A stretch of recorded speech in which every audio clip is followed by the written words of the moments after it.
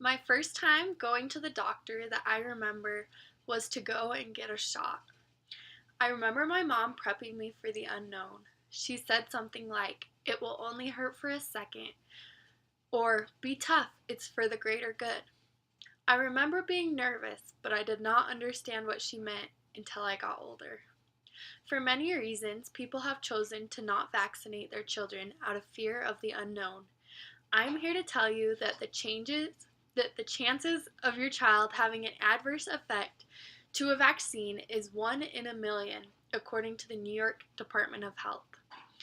The chances of your child getting a deadly disease that could affect the rest of their life is a lot higher without the safety net of vaccinations.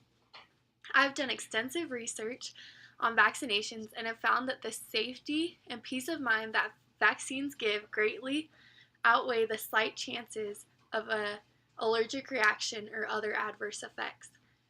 Vaccines truly protect and build stronger communities, and I hope I can share that with you throughout my speech. Today I will share with you the information about vaccines. I will share the research that has been done on the safety and effectiveness of vaccines, as well as some common myths such as vaccines cause autism. Lastly, I will share the reasons why choosing to vaccinate is safer than the alternative, which could be a life-changing disease that could lead to death.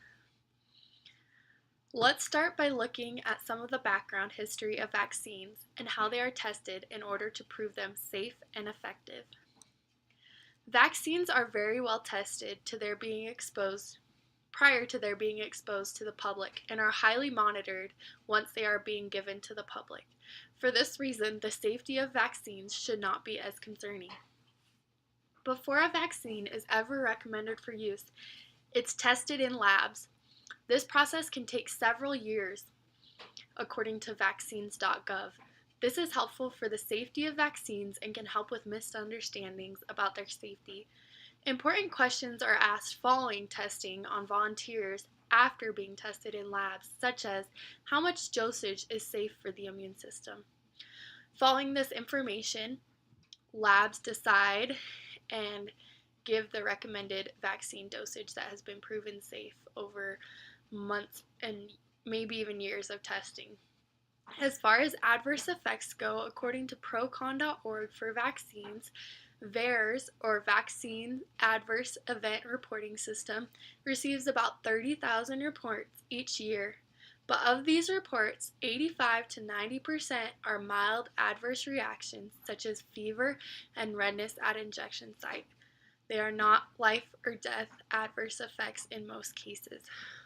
The chances of having an adverse reaction are so slim.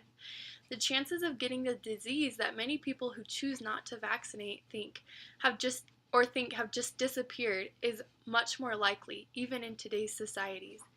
In my hometown even, there have been reports of the measles outbreaking in elementary schools, all because people have chosen to not protect their children against these life-threatening diseases. Many people may argue that there is a correlation between autism and vaccines. This is false. The evidence that was produced to make this correlation was completely fabricated and unreliable data. Andrew Wakefield was the scientist who presented this theory. He produced the study that was flawed for many reasons, but two are very obvious. The first was the data that supported Andrew Wakefield's discovery was heavily skewed because of the timing of the data. The report that people were getting autism as a result of the MMR vaccine was a month after children received it. At this point in time, the few children who were diagnosed with autism and had received the MMR vaccine were few. The data that showed the correlation was improperly done because there was never any link shown. Rather, the age that many people receive the MMR vaccine is also around the age that children are diagnosed with autism. No distinct correlation was ever found. The second was just bad data. There were no groups that were specifically showing a correlation between the children who were vaccinated and not vaccinated being diagnosed with autism. Due to this, much of the data could have been children that weren't vaccinated in some cases. On March 3rd, 2004, 10 of the 12 co-authors of Wakefield's article released a statement saying, called A Retraction of an Interpretation, in Lancet stating, "We wish to make it clear that in this paper, no causal link was established between MMR vaccine and autism, as the data were insufficient." Sorry, got a hair in my mouth. Okay. Ultimately, there's not enough evidence that suggests you should not vaccinate your kids because it is unsafe. Most of the evidence claims that by vaccinating, people have protection from dangerous diseases. For this reason, choose to protect those you love and vaccinate to protect families, communities, and ultimately the world. Vaccines protect you. They protect your immune system by activating your immune response to certain germs. According to vaccines.gov, vaccines help your immune system fight infections faster and more effectively than if you were not vaccinated. Vaccines are not just for the individual, but for those that are around you every day. Those that are not vaccinated can carry these dangerous germs around with them because their immune systems are not strong enough by themselves to fight these powerful diseases.